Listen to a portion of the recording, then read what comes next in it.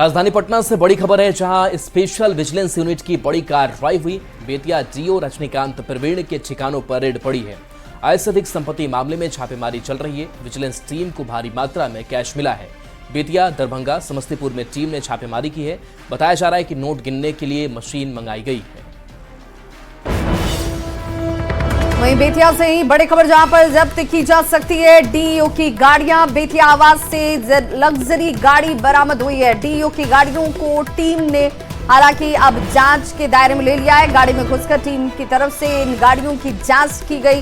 बेतिया आवास पर तीन गाड़ियां डीईओ के लगी हुई मिली।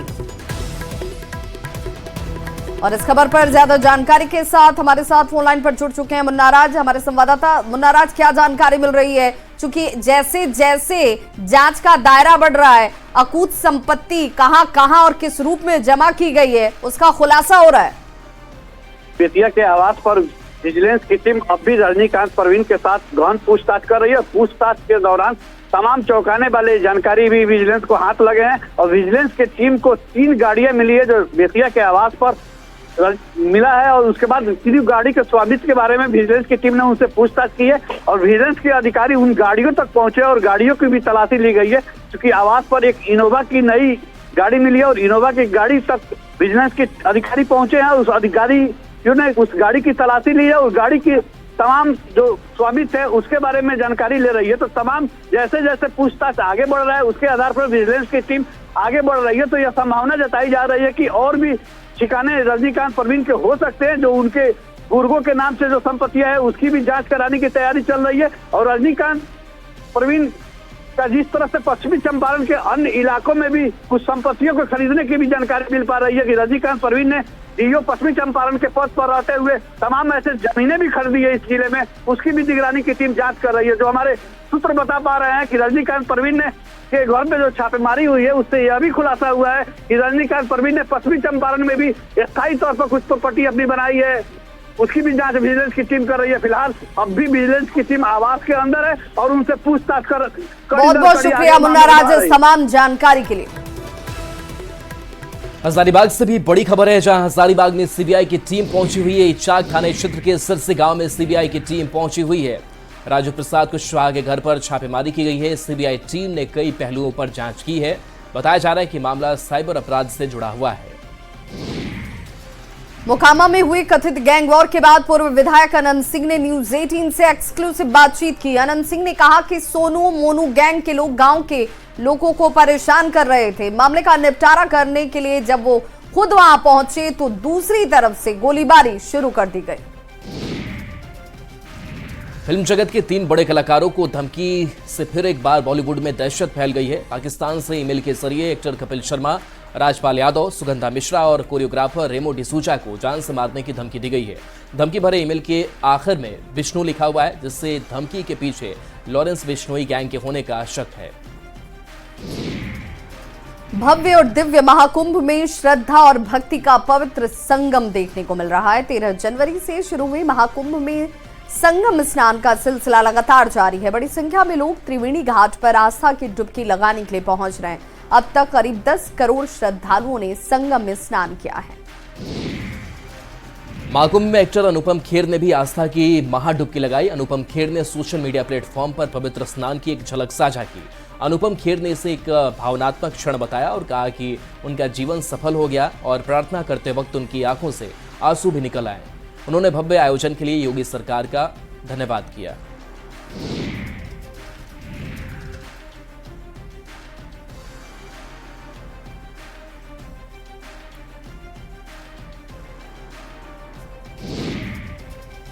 प्रयागराज महाकुंभ में 10 लाख लोग कल्पवास कर रहे हैं और कल्पवासी यहां पर काफी नियम और निष्ठा से रहते हैं। ब्रह्म मुहूर्त में उठकर गंगा स्नान करते हैं और एक समय ही भोजन करते हैं और अपने अपने शिविरों में भगवान का भजन कीर्तन होता है। लोगों ने महाकुंभ में किए गए इंतजामों की तारीफ की है। महाकुंभ में चर्चा में आई हर्षा रिछारिया कैलाशानंद महाराज का पंडाल छोड़कर अब अखाड़ा परिषद के अध्यक्ष रविंद्र पुरी के पंडाल में है। हर्षा रिछारिया ने रविंद्र पुरी जी महाराज को अपना पिता तुल्य बताते हुए कहा कि मैं मौनी अमावस्या पर दूसरा अमृत स्नान करने जाऊंगी। साथ ही उन्होंने खुद को एक्टर और एंकर बताते हुए कहा कि मैं युवाओं को धर्म के लिए जागृत करने के लिए काम करना चाहती हूँ। संगम नगरी में इस बार श्रद्धालुओं के लिए जगह जगह भोजन या यूं कहें कि प्रसाद की व्यवस्था की गई है। अब तक आपने देखा होगा कि लोग जाकर भंडारे या फिर लंगर में भोजन को प्राप्त करते हैं, लेकिन एक ऐसी संस्था है जो लोगों के पास जाकर के गाड़ियों के जरिए उन तक प्रसाद पहुंचाने का काम कर रही है। दिल्ली विधानसभा के चुनावी दंगल में सीएम योगी आज ताबड़तोड़ प्रचार करेंगे। दिल्ली में आज सीएम योगी की 3 जगहों पर जनसभाएं होंगी। सीएम योगी किराड़ी, करोलबाग और जनकपुरी में जनसभाएं करेंगे। सीएम योगी आज दोपहर 3:30 पर किराड़ी इलाके से प्रचार की शुरुआत करेंगे। करोलबाग में शाम 4:50 पर और जनकपुरी विधानसभा में शाम 6 बजे जनसभा होगी। बता दें कि दिल्ली के चुनावी रण में सीएम योगी की काफी डिमांड है और वो दिल्ली में 14 जनसभाएं करेंगे। नेताजी सुभाष चंद्र बोस की आज जयंती है। मुख्यमंत्री योगी आदित्यनाथ ने लखनऊ में नेताजी सुभाष चंद्र बोस की तस्वीर पर पुष्पांजलि अर्पित कर उन्हें श्रद्धांजलि दी। नेताजी की जयंती को पराक्रम दिवस के रूप में मनाया जाता है। इस मौके पर सीएम योगी आदित्यनाथ ने कहा कि नेताजी ने आजादी के आंदोलन को एक नई दिशा दी थी। नेताजी भारत की आजादी के महानायक थे। उन्होंने भारत माता के लिए सिविल सर्विसेज की नौकरी छोड़ दी थी।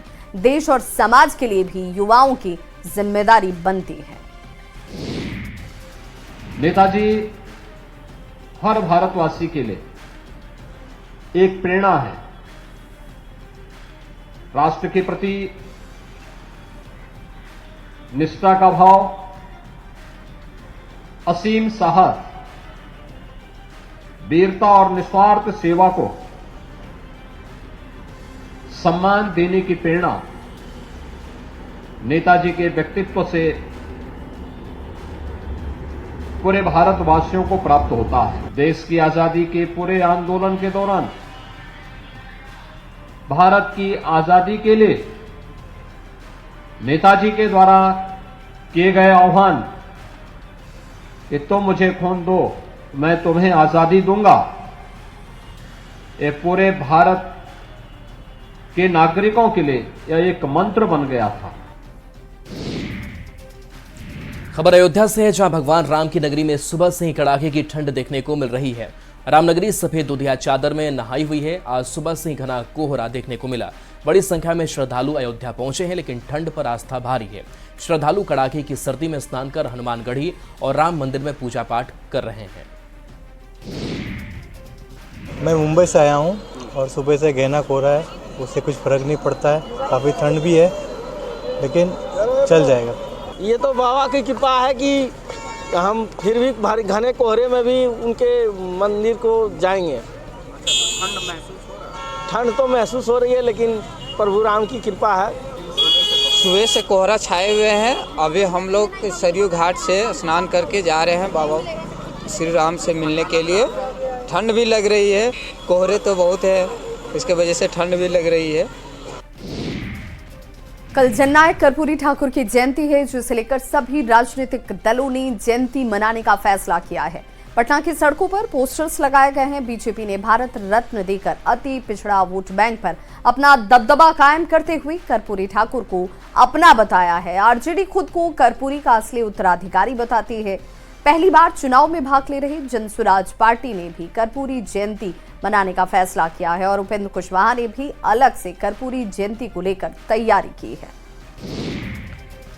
खबर नियोजित शिक्षकों से जुड़ी हुई है। शिक्षा मंत्री सुनील कुमार ने बताया कि नियोजित शिक्षकों की सक्षमता परीक्षा जल्द से जल्द पूरी की जाएगी। प्रधान शिक्षक और प्रधानाध्यापक को जल्द ही नियुक्ति पत्र दे दिया जाएगा। देखिए, जो सक्षमता परीक्षा है जो नियोजित शिक्षकों के लिए किया जा रहा है, तो वो शीघ्र हम लोगों ने रिक्वेस्ट किया है कि जल्द से जल्द कर लें।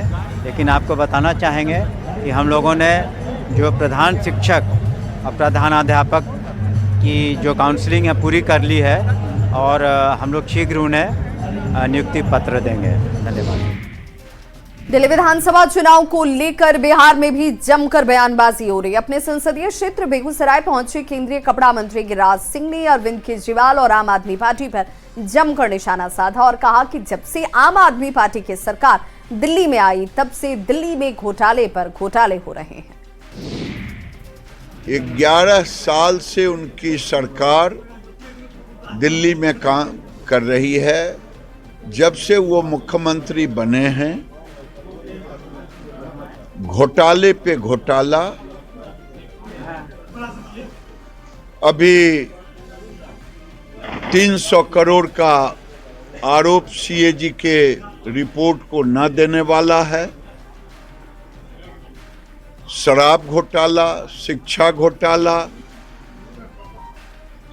और जनता के सामने जो वादा किया है उसका भी घोटाला कर गए। बिहार बीजेपी के प्रदेश अध्यक्ष डॉक्टर दिलीप जायसवाल ने महागठबंधन के नेताओं पर जमकर निशाना साधा है। गोपालगंज में उन्होंने कहा कि विपक्ष के पास विधानसभा चुनाव के लिए कोई ठोस मुद्दा नहीं है, इसलिए वे समाज में जाति की नफरत फैलाकर राजनीति कर रहे हैं। समाज में कुछ लोग जाति का नफरत फैला करके और सियासत सत्ता की दुकानदारी के लिए अपना राजनीतिक वातावरण बनाने का प्रयास करते हैं, लेकिन वहीं पर नीतीश कुमार जी उस नफरत और सियासत से ज़्यादा बिहार के विकास के लिए और समाज में आपस में प्यार बना रहे, मोहब्बत बना रहे, तो इसके लिए जो है काम करते हैं। सीवान के लोगों ने मौनिया बाबा मेले को राजकीय मेला घोषित करने के लिए बिहार सरकार के फैसले का स्वागत किया है। 7 जनवरी को प्रगति यात्रा के दौरान मुख्यमंत्री नीतीश कुमार ने मौनिया बाबा मेला को राजकीय मेला घोषित करने का ऐलान किया था, जिसके बाद कैबिनेट ने इसे पास भी कर दिया। भादो महीने में यहाँ 1 महीने तक मेला लगता है, ताकि उनके पश्चिमों पर चल करके हमारा युवा पीढ़ी सुधरे, आगे जाए, जो कि गलत चीज़ों में भटक रहे हैं वो सही रास्ते पर चले। यही मेरा, इसीलिए हम मौनिया बाबा का राजकीय मेला घोषित कराना चाह रहे थे। भारत रत्न कर्पूरी ठाकुर की 101वीं जयंती समारोह की तैयारी को अंतिम रूप दिया जा रहा है। 24 जनवरी को जयंती समारोह में शामिल होने के लिए उपराष्ट्रपति जगदीप धनखड़ समस्तीपुर पहुंचेंगे। उपराष्ट्रपति भारत रत्न कर्पूरी ठाकुर के पैतृक गांव पितोजिया में आयोजित कार्यक्रम में भाग लेंगे। इस कार्यक्रम में उपराष्ट्रपति के अलावा मुख्यमंत्री नीतीश कुमार, केंद्रीय मंत्री शिवराज सिंह चौहान, सांसद मनोज तिवारी सहित कई मंत्री और बड़े नेता शामिल होंगे। आज भी माने 24 जनवरी को मनेगा, उसमें 101वीं जन्मदिवस मनाया जा रहा है। इसमें मुख्यमंत्री जी प्रत्येक वर्ष आते हैं। ओम प्रकाश चौटाला जी आए हैं एज ए मुख्यमंत्री, मुलायम सिंह यादव जी आए हैं एज ए मुख्यमंत्री, जीतनराम मांझी जी आए हैं एज ए मुख्यमंत्री जी, लालू प्रसाद यादव जी आए हैं एज ए मुख्यमंत्री, नीतीश कुमार जी आ रहे हैं और इस बार उपराष्ट्रपति। अगली बड़ी खबर लखीसराय से, जहां पर महिला के साथ सामूहिक दुष्कर्म किया गया। मामला सूर्यगढ़ा थाना क्षेत्र का है। बताया जाता है कि सिगरेट नहीं देने पर महिला से गैंग रेप किया गया है। पीड़ित का सदर अस्पताल में इलाज जारी है। इस मामले में पुलिस ने 2 लोगों को हिरासत में भी लिया है।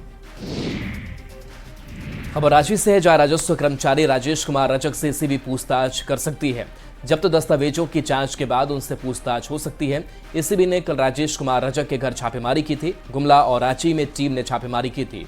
मोरहाबादी आवास में 2 गाड़ियों के साथ साथ जमीन से जुड़े कई दस्तावेज, बैंक अकाउंट का ब्यौरा बरामद किया गया। रांची के नामकुम अंचल में राजेश राजस्व कर्मचारी हैं। वहीं खबर जमशेदपुर से, जहां टाटा हावड़ा एक्सप्रेस पर पथराव मामले में बड़ी कार्रवाई की गई। जादूगोड़ा पुलिस ने 3 लोगों को गिरफ्तार किया है। हावड़ा से टाटा आ रही स्टील एक्सप्रेस पर पथराव किया गया था। अन्य लोगों की गिरफ्तारी के लिए छापेमारी जारी है। राजधानी रांची से बड़ी खबर, जहां नामकुम में मुखिया को अपराधियों ने गोली मार दी। मॉर्निंग वॉक कर लौट रहे नन्हे कश्यप को गोली मारी गई। घटना को अंजाम देकर अपराधी फरार हो गया। वहीं घायल का अस्पताल में इलाज चल रहा है। मामला दर्ज कर जांच में पुलिस जुटी हुई है। और बड़ी खबर आ रही है झारखंड के गढ़वा से, जहां पर जंगल में एक बार फिर से बाघ दिखा है। एक पशु को उसने अपना निवाला बनाया। वन विभाग को पगमार्क भी मिले हैं। माइकिंग के जरिए ग्रामीणों को जागरूक किया जा रहा है। जंगल में न जाने की सलाह दी जा रही है। पशु मालिक को वन विभाग ने मुआवजा दिया है। भंडरिया वन विभाग का ये पूरा मामला। बाघ का कुछ मूवमेंट का सूचना विभाग को प्राप्त है। कैमरा ट्रैप लगाकर उसको मॉनिटर फिर से किया जा रहा है और मूवमेंट को ट्रैक किया जा रहा है। इस अवसर पर ग्रामीणों से अनुरोध है कि जब भी कोई सूचना मिलता है, यदि बाघ हो या तेंदुआ हो, कोई भी जानवर का ऐसा देखा जाने पर कोई भी सूचना मिलता है, तुरंत निकटतम वन पदाधिकारियों को अवेलेबल सूचना दें, ताकि बाघ के मूवमेंट को या फिर तेंदुआ के मूवमेंट को ट्रैक करने में विभाग को सहयोग रहे।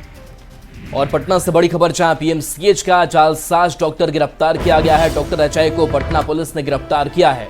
डॉक्टर अजय के कमरे में ही आग लगी थी। कमरे से नीट के एडमिट कार्ड मिले थे। कमरे से कई जले नोट भी मिले थे। तो इस अगलगी मामले को लेकर के बड़ी कार्रवाई हुई है। बता दें कि डॉक्टर अजय को पटना पुलिस ने गिरफ्तार किया है। पीएमसीएच का ये जालसाज डॉक्टर जिसकी गिरफ्तारी हुई है। संजय हमारे साथ न्यूज 18 संवाददाता। संजय, क्या अपडेट गिरफ्तारी को लेकर? देखिए, बिल्कुल चाणक्य हॉस्टल में, पीएमसीएच का जो चाणक्य हॉस्टल में जो है उसमें आग लगी थी और डॉक्टर अजय जो विवादास्पद डॉक्टर रहा है पीएमसीएच का और एक बड़ा सेटर बताया जा रहा है, अवैध तरीके से पीएमसीएच हॉस्टल में ये रह रहा था, चाणक्य हॉस्टल में, और इसके कैमरे में जो आग वो लगाई गई थी, इस बात का खुलासा बाद में जांच के क्रम में हुआ था। और वहां से नीट पीजी के एडमिट कार्ड मिले थे, आर्यभट्ट विश्वविद्यालय का ओएमआर सीट भी मिला था और काफी कैश जो है वो जली हुई मात्रा में रिकवर किए गए थे। और ये उसी के बाद फरार चल रहा था। पुलिस इसको खोज रही थी। सीबीआई ने भी इस मामले में इंटरफेयर किया है और पटना पुलिस को कहा है कि उसकी गिरफ्तारी होती है तो जो जांच में डेवलपमेंट होता है उसकी जानकारी सीबीआई को भी दी जाए, चूंकि सीबीआई भी नीट मामले की अभी जांच कर रही है।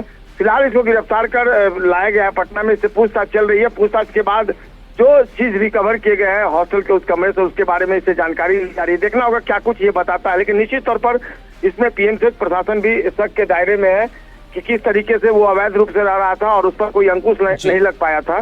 तमाम जो ऐसे चलिए, बिल्कुल, तो बड़ी सफलता इससे मानी जाए। बहुत बहुत शुक्रिया इस अपडेट के लिए आपका। खबर भागलपुर से, जहां पर मानिकपुर मोहल्ले में विस्फोट कर दहशत फैलाने की कोशिश की गई। घर के बाहर लगातार 2 बार तेज धमाके किए गए। घटना का सीसीटीवी फुटेज भी सामने आ चुका है। सीसीटीवी में साफ देखा जा सकता है कि युवक कंधे पर बैग लेकर सड़क के बीचों बीच विस्फोटक पदार्थ रखकर उसमें आग लगा देता है, जिसके बाद तेज आवाज के साथ विस्फोट हुआ और मोहल्ले के लोग घर से बाहर निकले। घटना की सूचना मिलने के बाद 2 थाने की पुलिस मौके पर पहुंची। आवाज था, बहुत भयंकर था। कोई पटाखा नहीं था, नहीं, दो था भाई, है ना। हाथ में भी हम देखे जाकर हम लोग के सामने हमारे भैया के लड़का भी निकला। हम लोग दौड़े, भैया एक बूढ़े आदमी भी वो भी दौड़े, सुनील जी उनका लड़का सब लोग निकला। पीछे मोटरसाइकिल से अहमदाबाद से आगे तक गया, है ना। 2 धमाका करके यहाँ पर। महाराष्ट्र के जलगांव में भीषण ट्रेन हादसे में 13 लोगों की जान चली गई। 40 से ज्यादा लोगों के घायल होने की खबर है। हादसे की तस्वीरें रोंगटे खड़े कर देने वाली है। रेलवे अधिकारियों के मुताबिक ये भयानक हादसा जलगांव के परंडा नाम के रेलवे स्टेशन के पास हुआ। बताया गया कि लखनऊ से मुंबई के बीच चलने वाली पुष्पक एक्सप्रेस में आग लगने की अफवाह फैली, जिसके बाद चेन खींचने की वजह से कई लोग घबराकर नीचे कूदे और दूसरी तरफ से आने वाली कर्नाटक संपर्क क्रांति एक्सप्रेस उन्हें कुचलते हुए निकल गई। मृतकों की संख्या बढ़ सकती है। जलगांव में हुआ हादसा बहुत ही दुर्भाग्यपूर्ण है, दुर्दैवी है। मैंने उसकी जानकारी ली हुई है। कलेक्टर, विभागीय आयुक्त, उनसे मैंने बात की है और जो घायल है उनका इलाज तुरंत अस्पताल में, उनको हॉस्पिटलाइज करने की सूचना दी हुई है। रेलवे अधिकारियों के मुताबिक पुष्पक एक्सप्रेस में बैठे यात्रियों ने चेन पुलिंग की थी, जिसके बाद यात्री ट्रेन के दूसरी तरफ उतरे और उसी दौरान दूसरी तरफ से आने वाली ट्रेन ने उन्हें कुचल दिया।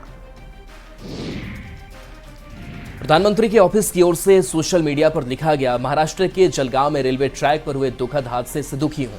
मैं शोक संतप्त परिवारों के प्रति अपनी संवेदना व्यक्त करता हूं और सभी घायलों के शीघ्र स्वस्थ होने की प्रार्थना करता हूं। अधिकारी प्रभावित लोगों को हर संभव सहायता प्रदान कर रहे हैं। तो इस बुलेटिन में बस इतना ही, लेकिन न्यूज़ 18 बिहार झारखंड पर खबरों का सिलसिला लगातार जारी है।